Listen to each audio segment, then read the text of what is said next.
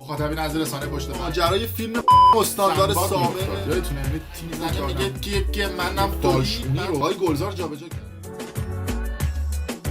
مخاطبین از رسانه پشت پرده سلام، بنده امین فردین خوشحالم که به همراه تیمم بار دیگه یک برنامه پشت پرده دیگه با شما هستیم. تقریبا چند روزی از مهلت ثبت نام کاندیدای مجلس شورای اسلامی میگذره و اونجوری که مسئولین گفتن 10,000 نفر برای اینکه برن در مجلس و خدمت بکنن به مردم و قانون تصویب بکنن ثبت نام کردن. البته همشون قصد و نیت دزدی ندارن، حالا مقدار خیلی کمی در حد مثلا 80-90% که تشنه قدرت هستن و بقیه‌شون هم تشنه خدمت کردن به مردم. ولی خب مردم هر چیزی دیدن تشنه چیز بودن. اون نماینده ها که فیلماشون هم یکی یکی اومده بیرون، یا چند برابر کردن قیمت‌ها و سخت کردن شرایط زندگی مردم که شدیداً در تلاشن مسئولین که بخوان زندگی مردم رو سخت‌تر بکنن و نماینده مجلس هم که در رأس امور هستن و باید قانون تصویب بکنن هم مستثنا از این قضیه نیستن. اما افرادی که کاندید شدن برای انتخابات جدید افراد پرحاشیه‌ای هستن و افرادی که شرکت نکردن هم همینطور که امروز بررسی میکنیم که کیا شرکت کردن کیا شرکت نکردن و اتفاقات عجیب و غریب و جالب هم توی این بین افتاده و از یه سری افراد به عنوان غایبان بزرگ انتخابات مجلس شورای اسلامی یاد میکنن، از جمله آقای لاریجانی که 12 سال در مجلس بود، ریاست مجلس رو داشت و گفتش که من تصمیم ندارم دیگه نماینده مجلس بشم. و نکته جالبتر این هستش که آقای لاریجانی داره میکوبه برای انتخابات 1400 در ریاست جمهوری، اونجوری که در خبرها اومده و بیخود نیست که ایشون در مجلس نمیخواد نماینده باشه. و نکته بعدی هم این هستش که با توجه به قانون جدید فکر کنم که ایشون دیگه نمیتونه ریاست مجلس رو داشته باشه، چون 2 دوره ریاست مجلس رو داشته. به خاطر همین خیلی شیک و مجلسی گفته نمیام. از اون ور حالا تا تونسته کلی کلاس گذاشته و بریم یه ویدیو ازش ببینیم که انصراف خودش رو از کاندیداتوری مجلس شورای اسلامی اعلام کرد. من تقریبا 3 دوره 12 سال هست وکیل مردم شریف قم بودم و برای من هم افتخاری بود که مردم قم خیلی حق دارن به گردن ایرانی ها، هم پیشرو در تشیع بودن و هم در انقلاب پیشرو بودن و برای من افتخاری بود که وکیل مردم قم باشم.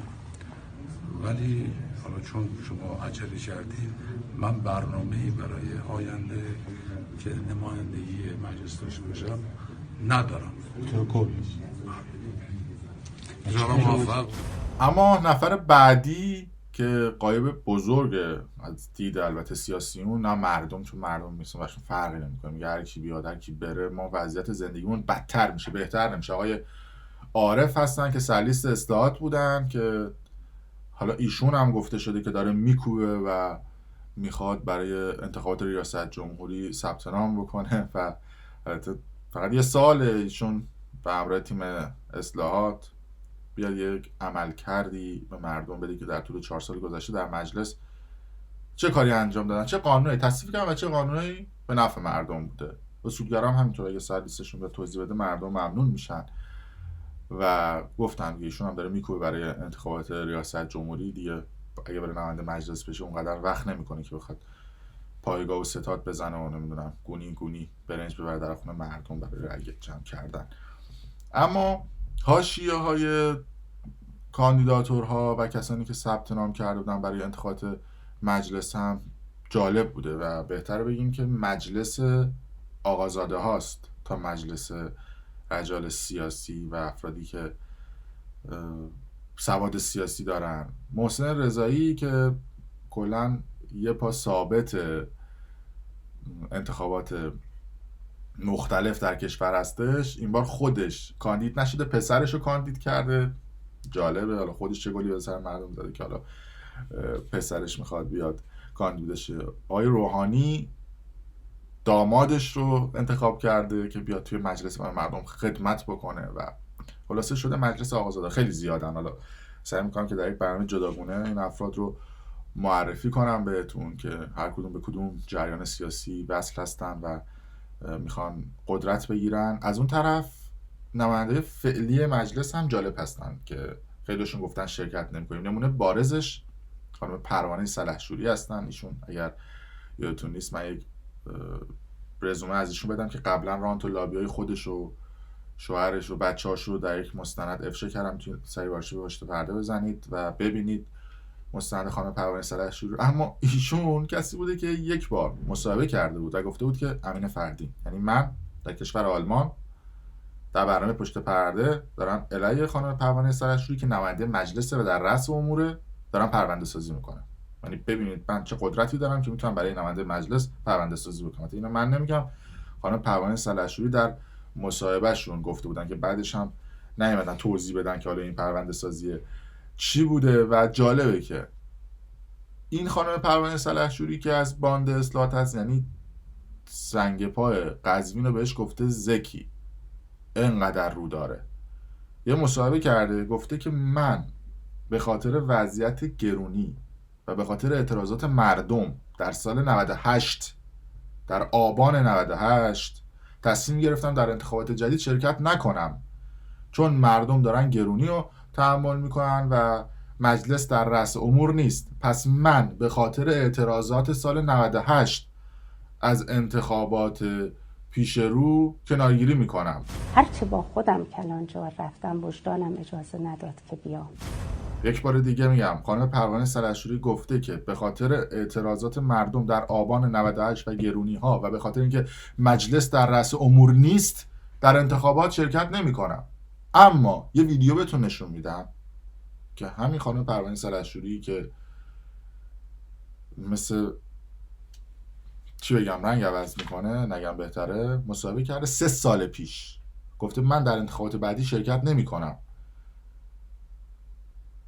ما نمیدونیم که اون صحبت 3 سال پیش رو قبول کنیم یا این صحبت 1 ماه پیش که گفتی به خاطر این اتفاقات. 1 ماه پیش هم نبوده، 1-2 هفته پیش بوده. اتفاقات سال 98 نمیخوام کانتشن. بریم ویدیو قدیمی 3 سال پیشش رو ببینیم. ما که دست به آرشیومون خوبه، خودتون متوجه میشید که چقدر اینا علنی دروغ میگن به مردم. مار گذاشتید نه باور کنید من روز شما اصلا هر کی هم میگه من اینو گفتم که من منتظرم که این 4 سال به سر برسه. فشارش خیلی زیادتره. ببینید متاسفانه حالا یا خوشبختانه من نمیدونم برای ممکن امتیازاتی داشته باشه، ولی اون امتیازات در یک نمایندگی معمول به دست نمیاد.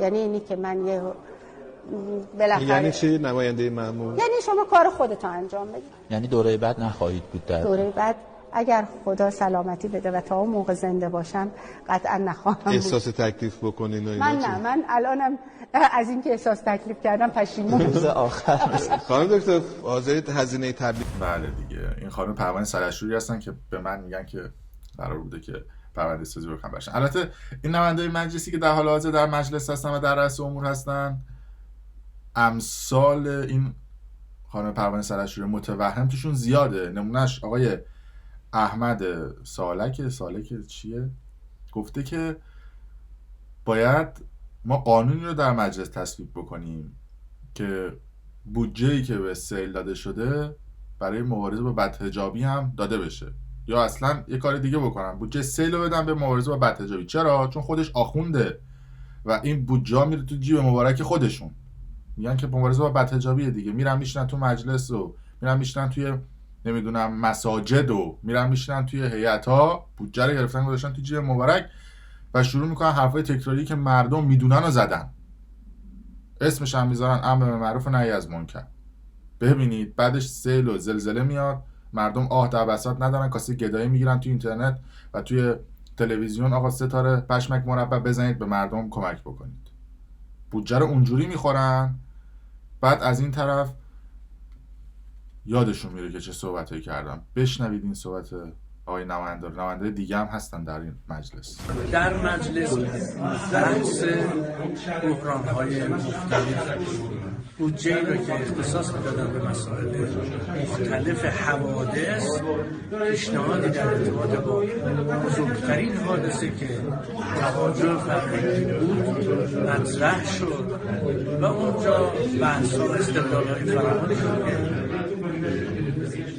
این بودجه همان گونه‌ای که برای حوادث غیر طبیعی اختصاص پیدا می‌کنه، برای مقابله با آسیب‌های اجتماعی و فرهنگی هم اختصاص پیدا. البته گل سرسبد این نماینده مجلس آقای مطهری هستش که در سخنرانی خودشون یه خانومی که میگه که آقا ما مشکلات معیشتی داریم، ما مشکلات زندگی داریم، باید نماینده مجلس یه قانونی تصویب بکنن که شرایط زندگی مردم بهتر بشه، آقای مطهری به عنوان نماینده مجلس فکر میکنید چه جوابی میده؟ میاد میگه که خانم قرص ضد بارداری دارم بدم خدمتتون. جواب شما میدی؟ یعنی ببین چقدر یه نماینده باید بی ادب باشه، بی درک باشه، یعنی بی نزاکت باشه که بخواد اینجوری که اسم نماینده مجلس رو هم یدک میکشه قرص ضد بارداری بکنه. اینو هم ببین. من چی گفتم شما چی دارید؟ من ایشون گفت که نه قرص همه بگو اصلا قرص نشما رو دارم. قرص ضد بارداری پس در شما هم قرص ضد بارداری پس در شما هم قرص ضد بارداری پس در شما هم. بله دیگه، وقتی که افراد به صورت لیستی رأی میدن، به صورت نمیدونم جوگیرانه رأی میدن، به صورت نمیدونم حزب و گروهی رأی میدن، نتیجهش میشه رسیدن این افراد به مجلس شورای اسلامی که اصلا فاضلاب احزابیه برای خودش. یکی از این رئیس احزاب که نزدیک به اصلاح طلبها هم هستش گفته که این اعتراضات آبان 98 و اعتراضاتی که مردم کردن باعث ریزش رأی اصلاح طلبها نمیشه، بلکه باعث ریزش رأی اصولگرا میشه. چرا؟ مردم از مناطق ضعیف اومدن و اعتراض کردن و مناطق ضعیف رأیشون بیشتر مال اصولگرا بوده نه مال اصلاح طلبها. اصلاح طلبها همه با کلاسن، اتو کشیدن، از بالا شهرن و رأیاشون رو دارن و این رأی اصولگرا بوده که ریزش کرده. انگار بابای من رئیس جمهوره و انگار آقای روحانی هم اصولگرا هستن نه اصلاح طلب که بخواد ریزش رأی صورت بگیره یا نگیره. بریم این صحبتهای چرت و پرت این شخص رو ببینیم کیا شدن اصلا رئیس حزب و شدن مسئول و یعنی یه آدم کودکستانی هم میفهمین چقدر داغونن.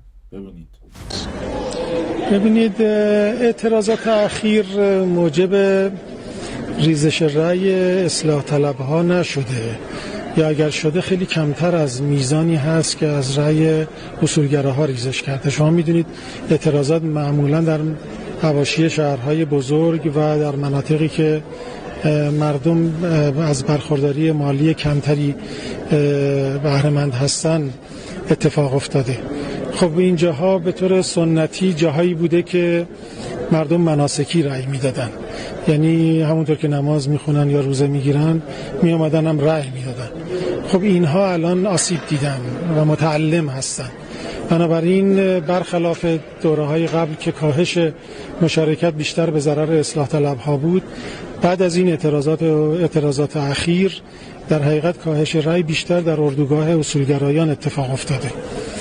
بله دیگه. اما این نکته هم بگم، یعنی در میون اون 10,000 نفری که برای مجلس شورای اسلامی ثبت نام کردن، توشون حالا 200-300 تا آدم باسواد که وصل به هیچ جریان سیاسی نباشن و واقعا بخوام برای مردم خدمت بکنن هست، به شرط اینکه تایید صلاحیت بشن و شرط دومی که مردم اونها رو انتخاب بکنن. چون واقعا افرادی که علاوه سیاسی به درد مجلس بخورن و به درد مردم بخورن هست توی تایید صلاحیت شده ها به ندرت، ولی اگه مردم اونها رو پیدا بکنن بهشون رأی بدن و نه لیستی و نه به صورت جوگیرانه، یه سری آدم بی سواد و یک سری آدم راندخور نمیان بشن نماینده مردم در مجلس که بشینن در رأس امور. البته لابلای اون ثبت نام کننده آدمای داغون هم زیاده. یه فیلم از پاچه‌خواری یکی از این افراد بهتون نشون میدم، میخواد طرف بیاد ثبت نام بکنین، ثبت نامی هم داستانی میخوام الان شروع بکنم. یعنی ببینید این فیلمو، یعنی دیگه تخم مرغای طرفو گذاشته توی آبپز. نگاه کنید. خستگی ناپذیر، سردار سلحشور، تحلیلگر و سیاست مدار پیدبین، آمده ای تا بگویی ما شیفتگان خدمتیم نه تشنگان قدرت. با تمام قدرت از شما حمایت خواهیم کرد. ما اهل کوفه نیستیم دکتر تنها بماند. ای لشکر صاحب زمان آماده باش آماده باش بحرین آبادی بی امان آماده باش آماده باش. همه اینا رو گفتم، دلم نیامد راجع به این پارتی بازی موقع ثبت نام کاندیدام صحبت نکنید. 200 نفر آدم صف کشیده بودن که ثبت نام بکنن برای انتخابات مجلس. آقای قالیباف با گاردش اومد 200-300 تا دوربین رفت سمتش. اصلا تو صف چیه؟ کشک چیه؟ قانون چیه؟ کسی که میخواد بره تو مجلس قانون تصویب بکنه خودش بدون صف اومد رفت ثبت نام کرد.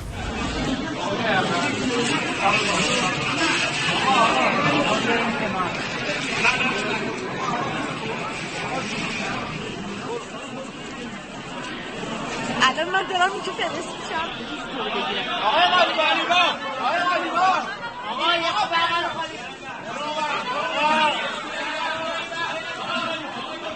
آقای قالیباف شناسنامه‌تون شناسنامه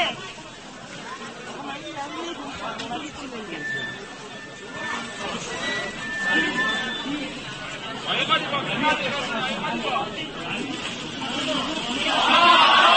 قالیباف بیا جلو.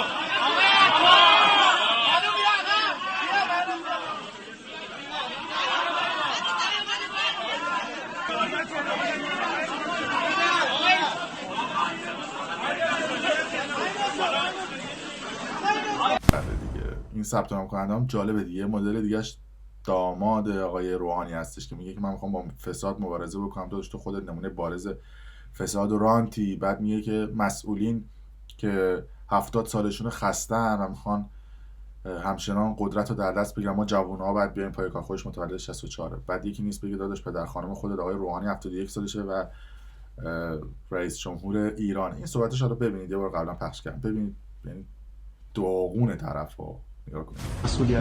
Her yanda cavanlar huzur tapıblar, her yanda xanımlar olublar. Cavanlar, xanımlar bərnamizdirlər, fikirləri var, umid var, nişat var.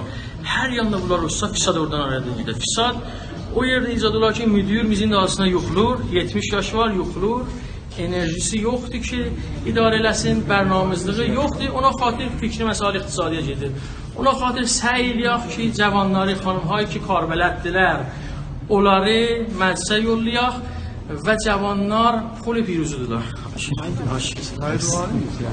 حالا این یکی دیگه از ثبت نام کننده. از اون طرف نماینده مردم گناوه نزدیک انتخابات شده، رفته تو حوزه استفادهش گفت آی مردم دلم براتون تنگ شده، میخوام بهتون خدمت بکنم. مردم هم دیگه آگاه شدن، تو همون جناوه نماینده مجلس شستن گذاشتن کنار، گفتن صبر کن دور بعدی انتخابات بهت رأی بدیم. کلا از خجالتش در اومدن. ببینید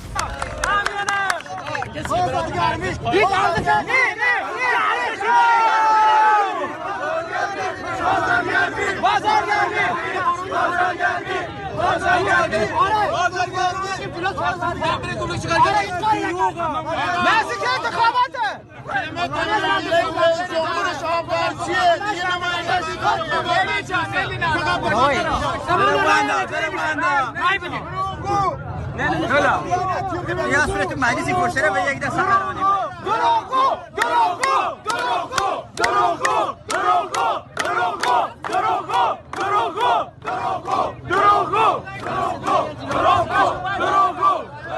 بله، خلاصه حاشیه ها در این مجلس شورای اسلامی و ثبت نام کننده‌اش زیاده. یه سری آدم داغون که اصلا سواد سیاسی هم ندارن، که خیلی از اون افرادم رو بعضا میبینیم در شبکه‌های اجتماعی کامنت هم میذارن، فکر میکنن که خیلی سواد سیاسی دارن، هم رفتن در انتخابات شرکت کردن و یه مصاحبه ازشون گرفتن ببینن اصلا با خودشون چندن، سواد سیاسی دارن یا ندارن، که حتی وظیفه مجلس رو هم نمیدونن، بعد میخوان برن نماینده مجلس بشن. یعنی باور کنید اگر همین افرادی که الان ویدیوشون نشونتون میدم وصل به یک جریان سیاسی بودن قطعاً رأی می آوردن، ولی چون نیستن، حالا آزادانه اومدن، یعنی اون نماینده فعلی هم سوادشون آنچنان بیشتر از این مردم نیستا. نگاه کنید خودتون متوجه میشید. دونی چند اصل از قانون اساسی مربوط به مجلسه؟ دقیقاً نه اونو چیز ندارم. نه چند تا اصل فکر میکنم زیاد باشه تعدادش، ولی دقیقا نمیدونم اینا. من هنوز اصلاشو مطالعه نکردم. الان چند تا نماینده داریم؟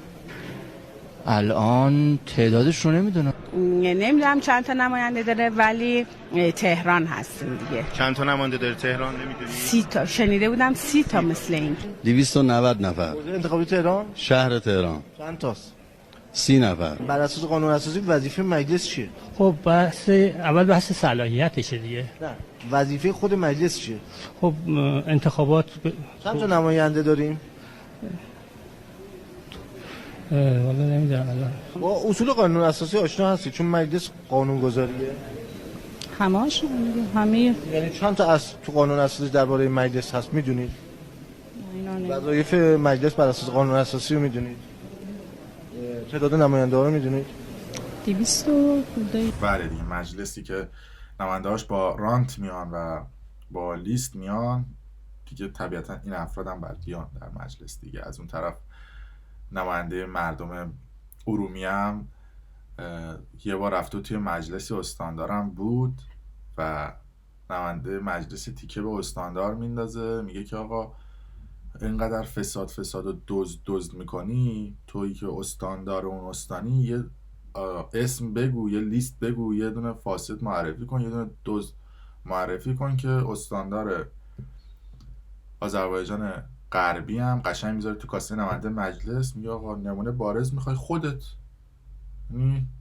کلا کورکوپر نماینده مجلس ریخت. ببینید این ویدیو رو. آقا 2 سال داری فساد یه دونه هم اسم بگو. خودت من چیکار کردم؟ کدوم در سلامتی نهایت الله الله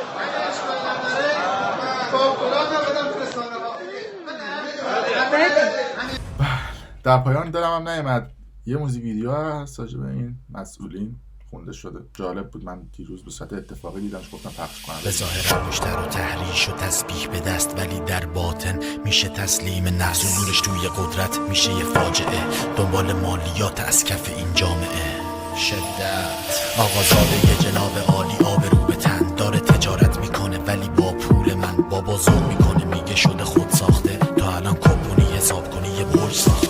اینجا انفجار و مرغ و نون اقتصاد خراب، منو دنبال کن تا بگم قصه ها برات. پول نقدش برای شما، قسط برای ما، از تو جایگاه VIP سلام به ما. بدون سانسور یعنی یه طرف کباب برده، یه طرف حسرت و نگاه پشت قباله کرده، یه طرف سوژه تویی و یه طرف منم محتوا، یه طرف تورم و بیکاری سرنگ و دوا. اینجا به خائن وطن فروش مدال میدن، اینجا تشنه غربن و دارن گرا میدن. حقوق نجومی خورده میگه انقلابی ام، اینا مسئول نه عامل انتحاری ام.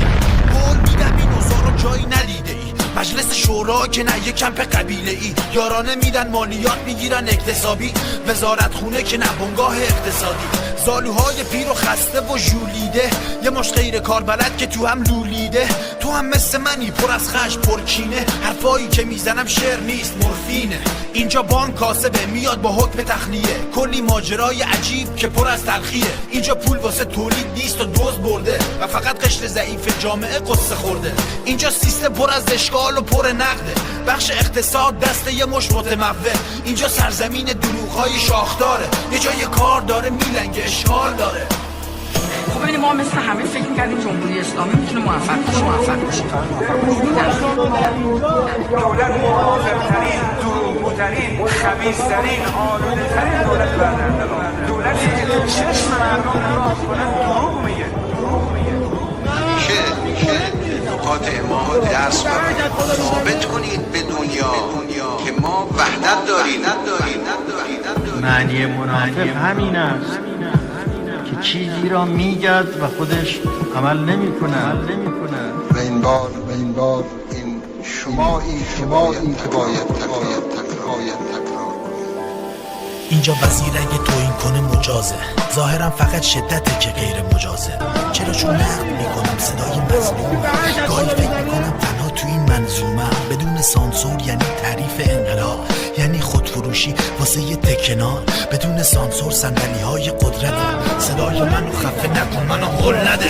بدون سانسور یعنی نداره حرف نو، یعنی هم رأی تو بخوره هم حق تو، بدون سانسور یعنی بخونم با حال بدم، یعنی کاسبی راحت توی پارک محل، میخورن داداشای ترگل و چاق و چله، اینجا خونواده میوه نخورده یه چله، اینجا رونق تولید میشه اسم سالش، اینجا خدای یه عده فقط اسکناسه. البته ما که بیکار نیستیم و امید داریم به آینده این مرز و بوم امیدواریم، ما که بیحال نیستیم مثل یه عده که تنشون واسه یه کار همیشه کرخته.